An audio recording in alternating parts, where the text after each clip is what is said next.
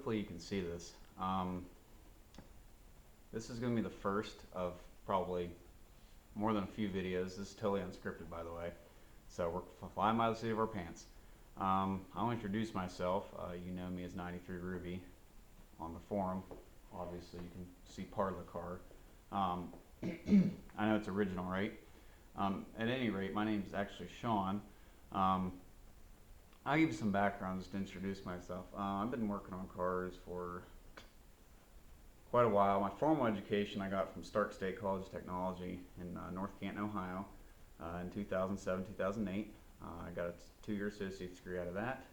I worked at an independent shop for about 6 months. Then I went to a Ford dealer for 2 years. Then I was at a Nissan dealer for approximately 3.5 years. And then I've been teaching for the past 1.5 years. And then who knows what we'll do next here. But a change is in store. But at any rate, became an ASE certified master technician at 21. Just a little, shortly after I got out of school when I had to work requirements. So I've been one for a while. I've actually had to recertify once already.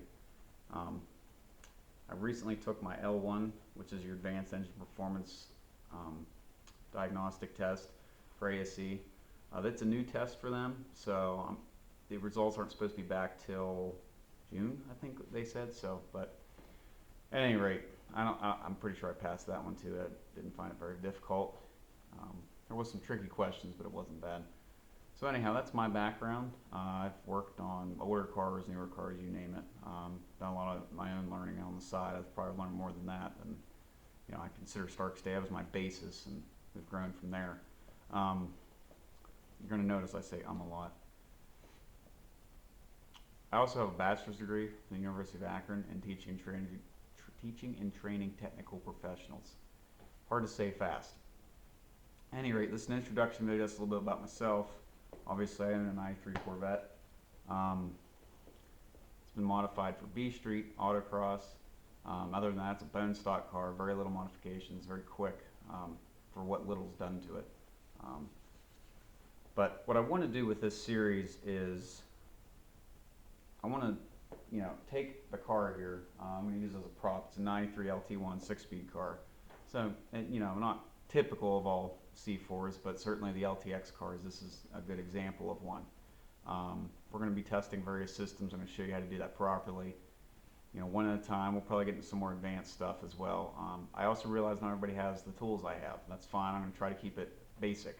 For instance, moving the creeper here, I'm going to try to do most of my testing with a $7 Harbor Freight multimeter. I have like 2 or 3 of these things. They're great to have around. I've fixed an awful lot of cars with these little meters. If you know how to use it, it's a manual ranging meter, works just fine. If you got an analog meter, come on, upgrade. Seriously. So we'll be showing some of that. Nothing fancy. There's a limit to what we can do without getting more advanced tools, but I will be showing some of that just as reference. Even if you had to take it to a shop and say, hey, can you run an oscilloscope in my OptiSpark, tell me if it's working right, you'll know what that waveform looks like, so you can compare it. And I have some waveforms from my old Multec 1 injectors being shorted out.